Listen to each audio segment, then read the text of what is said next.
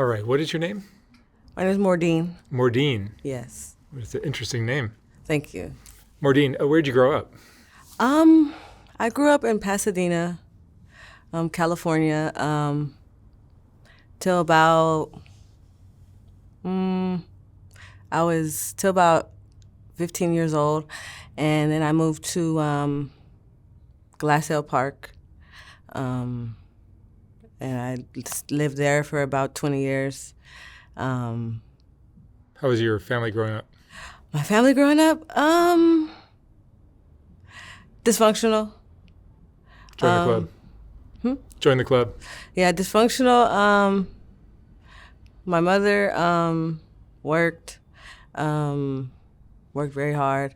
Let me see. My father, he was there but wasn't there. And my little brother and my older brother, we were there. What were you like in high school?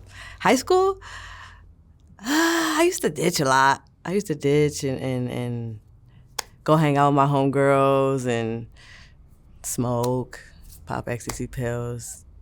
Yeah, I never went to school. Crazy because I ended up graduating high school. Yeah, I graduated high school 2 years late. I had to make it a point for me to graduate. I have 10 other siblings. Oh, wow. 10 boys and 2 girls. There's 12 of us. And me and my little brother is the only ones who graduated. So I had to make it a point to graduate, even though I was doing all the ditching and running the streets and all that other stuff. Yeah. What was the roughest part of your childhood? You know, when my father molested me, I think that was my roughest. That would be rough. Yeah. When I was 12, it really sent me in a deep hole. Depression, just didn't want to go to school. Did you ever tell anybody about it? No, I told my mother, and I believe he ended up getting arrested. Oh no, he did not get arrested. He disappeared. But I told my mother, and we reported him, and he disappeared for a couple years. He ended up coming back, and my mom's boyfriend ended up knocking his teeth out and all this other stuff. Yeah, it really messed me up when he did that when I was 12. It messed with me mentally, you know? Sure. And then he made me smoke crack. What else? Just, terrible, terrible, terrible stuff. Your dad was a bad influence, it sounds like. Yeah. And, I used to hate black men for a long time because of him, but, I had to teach myself to not be like that, because of a mistake or whatever you call it, what my father did to me. But I had to make myself realize that I can't treat all black men like that. Because for a long time, I was really mean to black men, There's always an exception. Yeah. So I had to teach myself how to accept black men, and I still have a lot of hatred in my heart, I guess.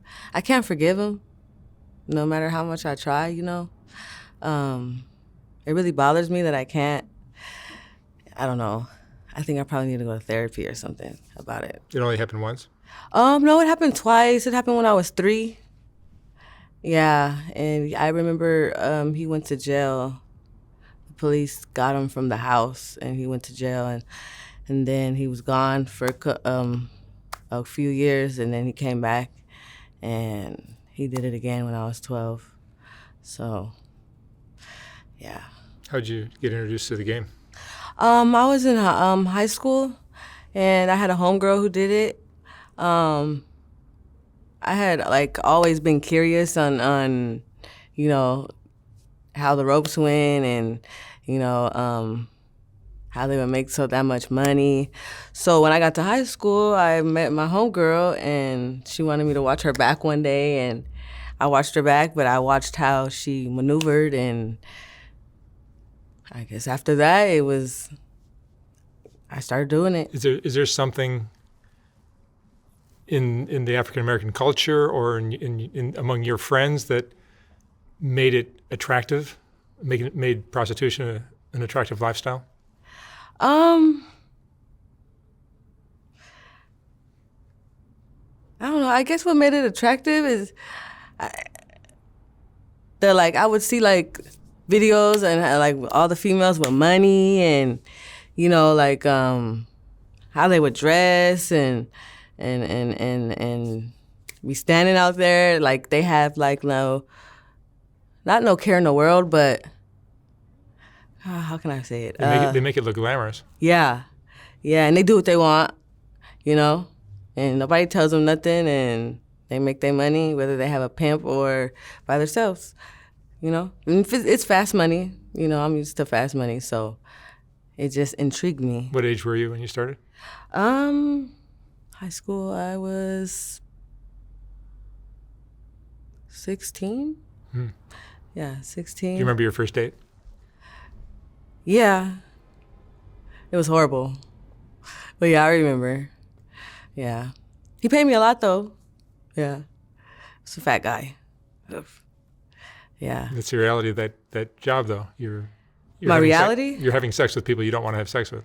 Yeah,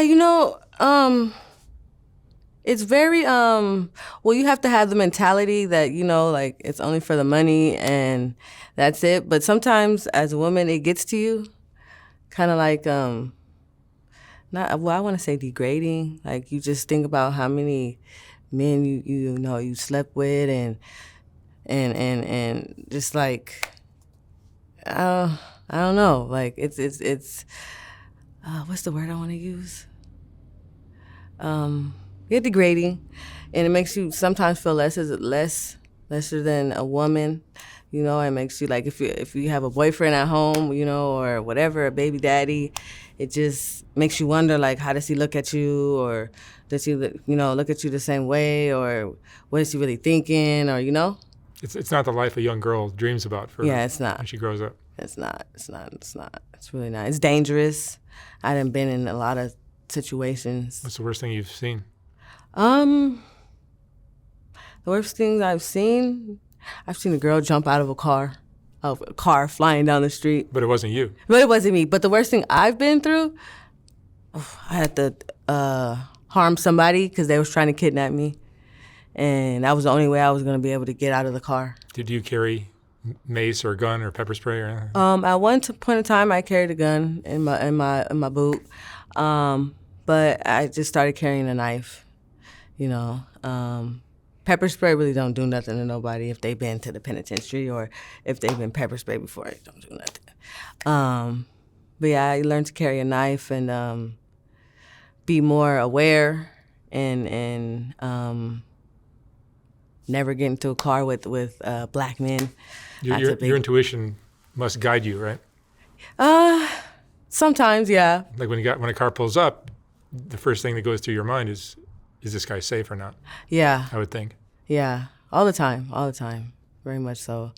But even still, when you might feel like it's safe, and then you get in the car and it's not. There's been plenty of girls who've been gone missing, and I could have been one of them girls. But luckily I was brave enough and had a fast reaction to what to do next, to get out of that situation. How old are you? Right now I'm 31. You're 31? Yes. Do you have kids? Yes, I have a daughter, an 8-year-old. Where is she? Right now she's currently not in my custody. She's with my brother and his wife. So at least she's connected with you somehow. Yeah. It's my twin. Are you hoping to get back to her? Yes, soon. I just have to get my life together right now. Drugs are a part of your life? Unfortunately, yes. Yes. They've been a part of my life since I was 18. Yeah. Crystal meth? Yes. It's a very bad addiction. Yeah. What does crystal meth do for you? Keeps you up for days on end? It keeps you up, but at this point, like, I'm immune to it. So, like, I could go to sleep off of it. But it's like, for me, it's like a money motivator. You know, you get up and get to the money. For a lot of the guys that take crystal meth, I've heard that it gets them in the mood for sex. Yes. For some, it does, but for some, it just, like, don't happen. Does the opposite, right? Yeah. What does it do for a woman? I mean, for some women, it gets them horny. Some women, it doesn't get them horny. I don't know. It just depends on the woman. What does this lifestyle do to you emotionally? Emotionally, it's draining. Yeah, it's very draining because it's. I don't have to do it, but I like the fast money, so I do it. But it's not something I'm gonna do forever. You get addicted to the fast money, right? Yeah. But just as fast as it comes, it goes, you know, if you're not spending it right or saving it right. Do you have a spending addiction? Shopping addiction? Yes, I do. What do you spend money on? Hair, clothes. Oh, Lord, clothes. I've bought cars. I buy my daughter a lot of stuff. Are you saving money at all? Right now, I've been like not doing it, but I'm gonna start because you know Christmas is coming, and yeah, I need to give my baby some gifts and stuff like that. Yeah, brother and if you had your life to live all over again, would you have done anything differently? Yes, I would. You know, walk the straight path and not deviate and go down the other road. You know, I would have listened and took certain situations that I've seen and you know, took it and applied it to my life so that I wouldn't be down the road I am now, you know? What are your siblings doing? Well, Are they in my the older streets? brothers, well, we're all spread out in different states. Majority of them are in jail. I think, well, all of them are in jail except one, two. My sister, she's in Texas, raising her kid. My little brother, he goes to Job Corp. He's doing good.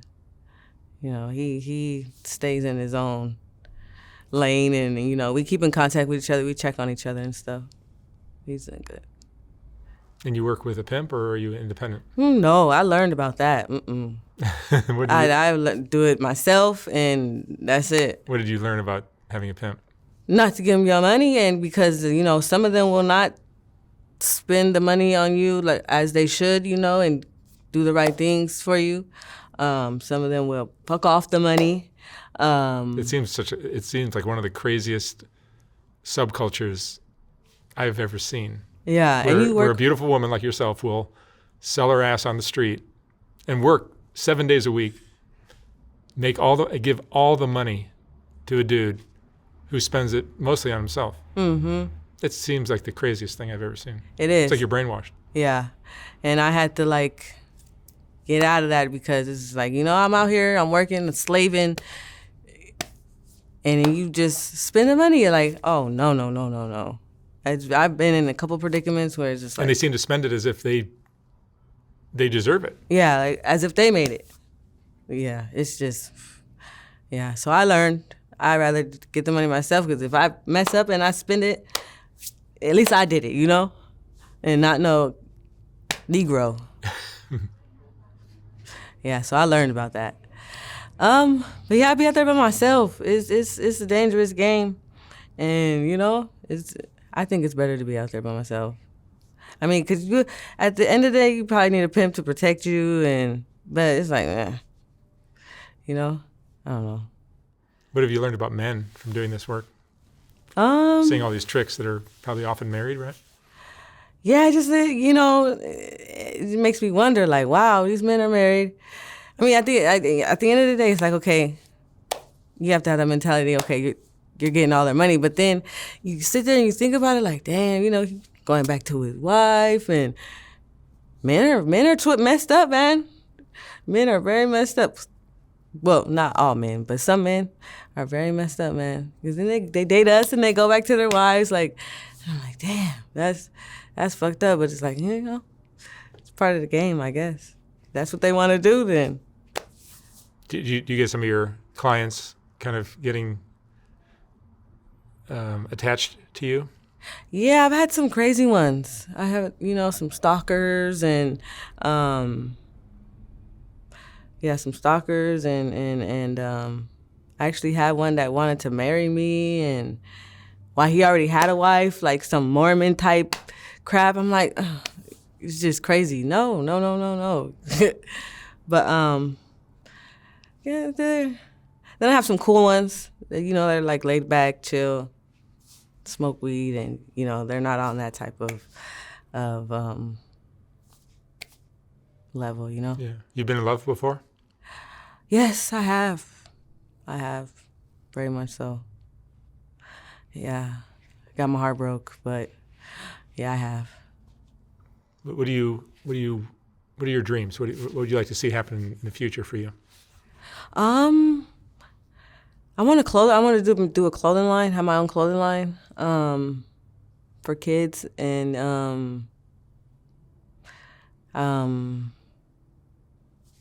I really want to be a model. But where I really see myself, probably modeling. I just have to get my life together, and I believe I can do it. Very much so. I think I can do it. And have my baby with me. That's another thing. Have my baby with me. Yeah. She's 8. She's growing up on me, man. Kids grow really fast. Very, very, very fast. But, yeah. Yeah, your kid needs you. Yeah. Yeah, every day. Did you have dreams when you were her age of things you want to do in your life? Yeah, I wanted to be a model. I've always, since I was a young kid, I would watch the show with Tyra Banks. What was that show? America's Next Top Model. And I used to have dreams, and so I know it's destined to be, I just have to want it and strive for it and really, put my effort into it to do it. And you work Figueroa Street? I work Fig. I work Western? Western, Long Beach, any street, really. Any street you could turn into a... Well, I would think anywhere you go, you're going to get picked up. Yeah. You're going to get propositioned, right? Yeah. What's the craziest thing you've seen working doing this career? I've seen a girl get beat with a stiletto. Yeah, she got beat with her own stiletto on Fig. That was the most craziest, while running down the double yellow. That was the most craziest crap I've ever seen. And yeah, that was crazy. That's about the craziest thing. Oh, and then when my homegirl got hit by a car, I think that was one of the Johns.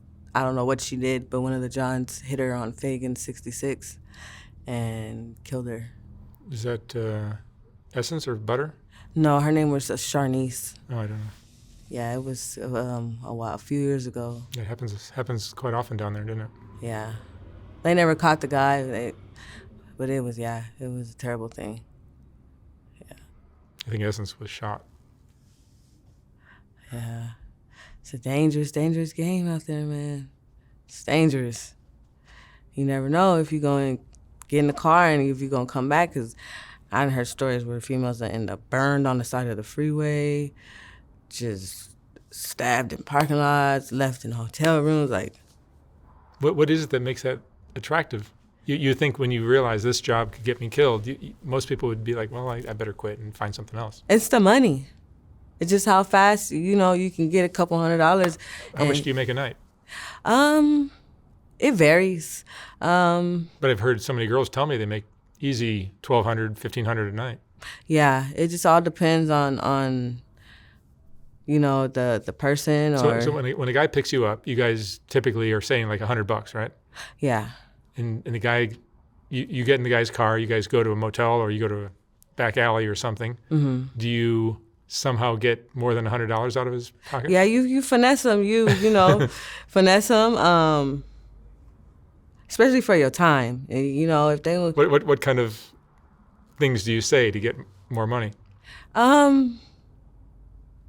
It's just well, me personally, I'm like, if you want to do a car date, you got to give me more money because we in a car, and you know it's more risky. And if you want to go to a motel, that's if you want to go to a motel, they like to take their time when you go to a motel and stuff, and I don't be having time for that. I don't like, I like, just let's do what we got to do and go. Your ideal client is 5 minutes, right? Yeah. So if they wanted like 30 minutes, no, then you got to cough up sometimes $200, $300, or if they want to stop and do all these stops and stop here.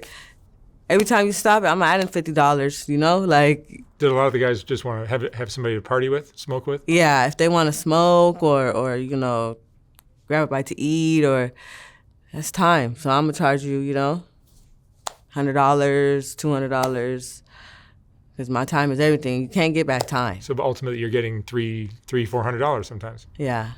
You do that 3 times a night, and you're all set. Yeah. Yeah. It's crazy out there, man. Just thinking about all since I've started till now, all the stuff that I've seen and been through. I've been through some shit. I've been through a lot of shit. I've been chased, robbed. Especially when you ain't got no pimp, man, you better know what you're doing on how to get away, because if you don't, I feel bad for you. What do you think people don't understand about girls that do this kind of work?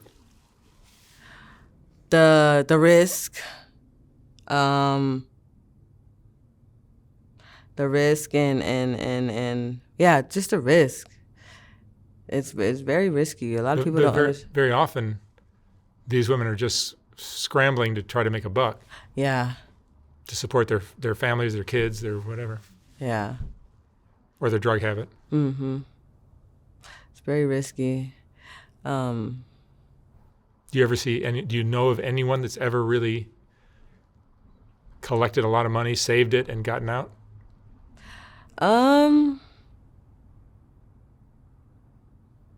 No.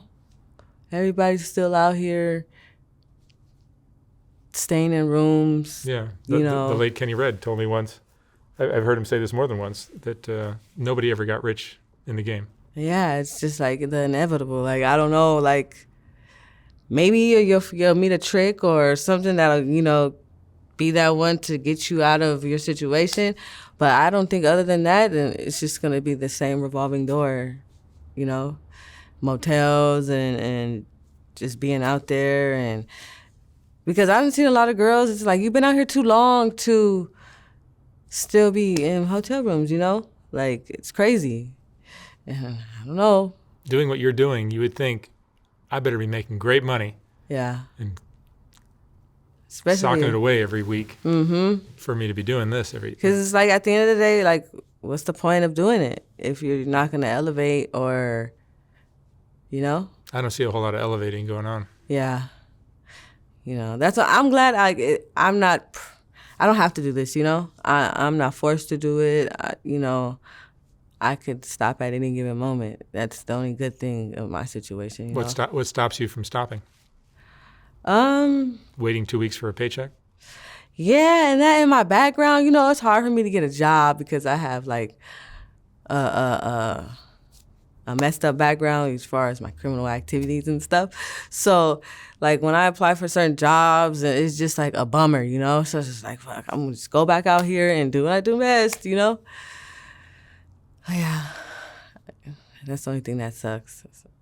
So I need to get my right now I have a case that I'm trying to fix, and I don't want to get my background expunged, I guess, or sealed, so that I could, look for a job and live a normal life. A square life. Yeah. Would that be hard for you? No, because I've did it before. You did? Yeah. I've did it before. It's not as fun or as intriguing, but it's life, You got to do something right in life. At 2 a.m. on Fig, when there's 8 girls on the block, yeah, and there's cars lined up, on almost every street. Is there some excitement about the whole thing that just makes it fun? Knowing that you're gonna get some money, yeah. Is it? It's just. But other than that, it's be cold. Ain't nobody got time. Ain't nobody got time for that. But it's like, yeah, you gotta get the money. Gotta get the money. But it's not. I don't know. It's not the same. It's not. It's like kind of like, you know. It's like I don't want to say I'm wore out. Well, yeah, I'm wore out. I'm tired, you know. But you're still young and beautiful. yeah, thank you, God. Some of these girls be like, you know. What's your biggest regret?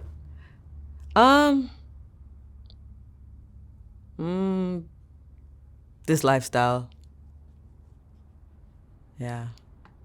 Do you have friends? I have a few. I don't really talk to too many females or have any female friends.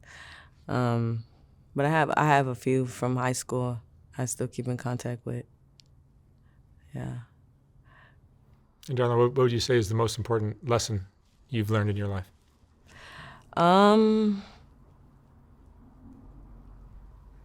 Most important lesson? Let me see.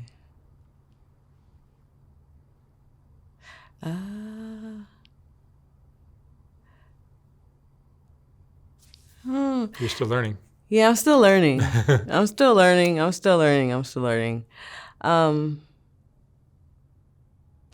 I could say, though,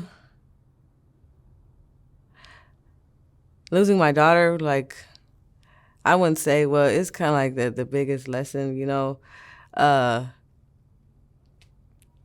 I can't get her back. You know, I lost my rights. So it's just due to the drugs and the lifestyle, you know, and me being selfish, you know.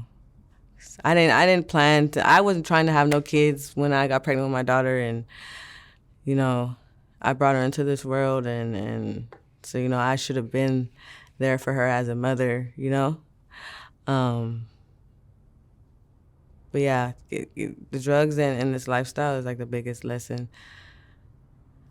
I learned from, because it caused me to not be with my child. All right, Darla. Thank you so much for sharing your story. Thank you for having me. I wish you lots of luck. Hope you get out. Thank you.